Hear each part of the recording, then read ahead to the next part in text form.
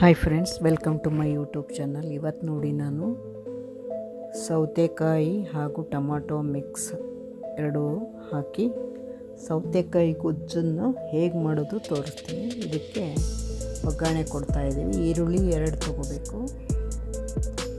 ಒಂದು ದೊಡ್ಡದಾದರೆ ಒಂದು ದೊಡ್ಡದು ತೊಗೊಂಡಿದ್ದೀನಿ ನಾನು. ಒಂದು ದೊಡ್ಡ ಈರುಳ್ಳಿ ತೊಗೊಂಡಿದ್ದೀನಿ, ಅದನ್ನು ಸಣ್ಣಗೆ ಹೆಚ್ಚಿದ್ದು. ಇದಕ್ಕೆ ಒಗ್ಗರಣೆಗೆ ಮಿಕ್ಸ್ ಮಾಡಿ ಫ್ರೈ ಮಾಡ್ತಾಯಿದ್ದೀನಿ.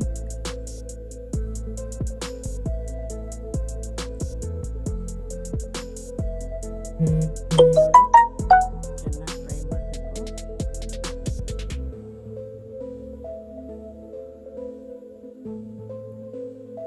ನೋಡಿ, ಇದಕ್ಕೆ ಸ್ವಲ್ಪ ಶುಂಠಿ ಬೆಳ್ಳುಳ್ಳಿ ಹಾಕಬೇಕು. ಶುಂಠಿ ಬೆಳ್ಳುಳ್ಳಿ ಹಾಕಿದ ನಂತರ ಸ್ವಲ್ಪ ಮಿಕ್ಸ್ ಮಾಡಬೇಕು ಚೆನ್ನಾಗಿ.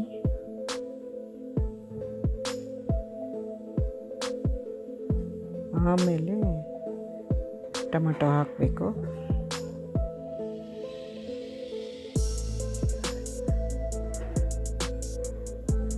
ಈಗ ನೋಡಿ 2 ಟೊಮೆಟೊ ತೊಗೊಂಡಿದ್ದೀವಿ. ಟೊಮೆಟೊ ಸಣ್ಣಗೆ ಹೆಚ್ಚಿರಬೇಕು. ಅದನ್ನು ಕೂಡ ಟೊಮೆಟೊ ಕೂಡ ಇದಕ್ಕೆ ಈರುಳ್ಳಿಗೆ ಮಿಕ್ಸ್ ಮಾಡಿ ಸ್ವಲ್ಪ ಫ್ರೈ ಮಾಡಬೇಕು ಚೆನ್ನಾಗಿ.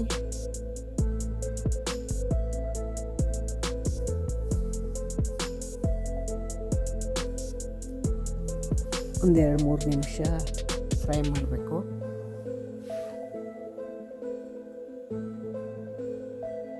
ನೋಡಿ, ಸ್ವಲ್ಪ ಅರಿಶಿನ ಪುಡಿ ಹಾಕಬೇಕು.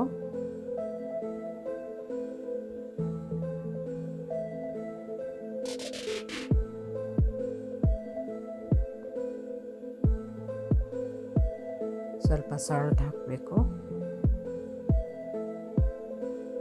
ನೋಡಿ, ಸ್ವಲ್ಪ ಸಾಲ್ಟ್.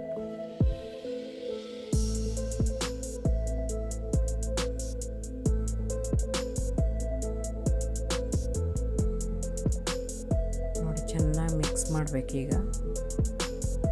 ಮಿಕ್ಸ್ ಮಾಡಿ ಫ್ರೈ ಮಾಡಬೇಕು. ನಂತರ ಸೌತೆಕಾಯಿ ಹೆಚ್ಚಿಟ್ಟಿರೋ ಸೌತೆಕಾಯಿ ಹಾಕಬೇಕು.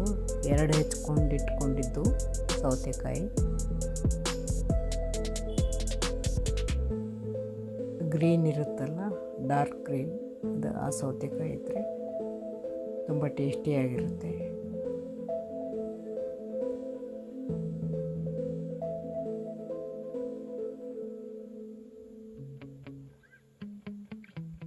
ನೋಡಿ, ಅದು ಕೂಡ ಹಾಕಿ ಚೆನ್ನಾಗಿ ಫ್ರೈ ಮಾಡ್ತಾಯಿದ್ದೀವಿ.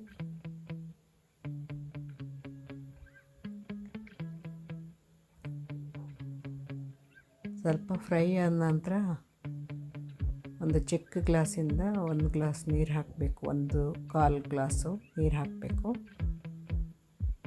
ನೋಡಿ, ಇದು ಫ್ರೈ ಆಗಿ ಚೆನ್ನಾಗಿ ಕುದೀತಾ ಇದೆ. ಸ್ವಲ್ಪ ಇದಕ್ಕೆ ನೀರು ಮಿಕ್ಸ್ ಮಾಡಬೇಕು. ಸ್ವಲ್ಪ ಚಿಲ್ಲಿ ಪೌಡರ್ ಒಂದು 1/2 ಸ್ಪೂನು, ಸ್ವಲ್ಪ ಧನಿಯಾ ಪೌಡರ್ ಹಾಕಬೇಕು.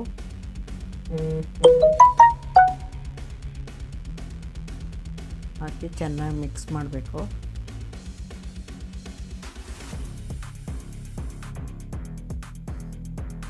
ನಂತರ ಇದಕ್ಕೆ ಸ್ವಲ್ಪ ನೀರು ಹಾಕಬೇಕು. ಸ್ವಲ್ಪ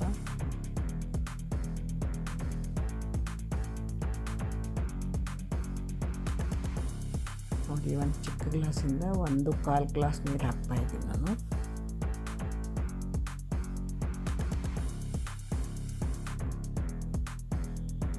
ನಂತರ ಅದನ್ನು ಮುಚ್ಚಿಡಬೇಕು.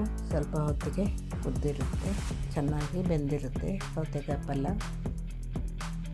ಗೊಜ್ಜು ಥರ ಆಗಿರುತ್ತೆ. ಅದನ್ನು ನಾವು ರೈಸಿಗೆ ತಿಂದರೆ ತುಂಬ ರುಚಿಯಾಗಿರುತ್ತೆ. ಇದು ನೋಡಿ, ಹಾಗೆ ಒಂದು ಕ್ಲಿಪ್ಪಿಂಗ್ಸ್ ತೊಗೊಂಡೆ ಮನೆಯಲ್ಲಿ. ಇನ್ನೊಂದ್ಸಲ ಹೋಮ್ ಟೂರ್ ಮಾಡ್ತೀನಿ ಒಂದ್ಸಲ.